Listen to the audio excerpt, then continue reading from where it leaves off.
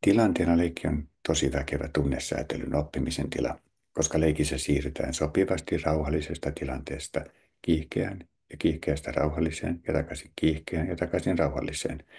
Joskus lapsen tahtiin, joskus enemmän aikuisen, ja ehkä se aikuisen tahdissa tapahtuva siirtyminen nimenomaan on lapsen oppimistila, jossa se vahvistaa lapsen kykyä siirtyä siirtymisiin eri olotilojen välillä. Ominaista leikille on sekä toistot että yllättävät ja yhtäkkiset tilanteet. Ja yllättävissä ja yhtäkkiisissä tilanteissa onnistuminen ja ilahtuminen on toisten leikkitutkijoiden mukaan nimenomaan leikin ydintehtävä.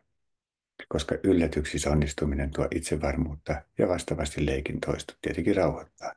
Ja nämä molemmat, rauhoittaminen ja kiihkeä onnistumisen tunne, tuo kumpikin omalla tavallaan ilon tunteita. Tämän takia varmasti leikki onkin niin yleismaailmallista, ei vain ihmisille, vaan kaikille nisäkäspennuille. Kaikki nisäkäspennut leikkivät silloin, kun ne eivät ole pelkotilassa. Pelko lamaannuttaa leikin onneksi, ja toisaalta leikkiin houkuteluksi tulo voi korjata pelon lamaannuttamaa elimistöä. Pelkoreaktiot voi antaa tilaa kuplivalle riemulle.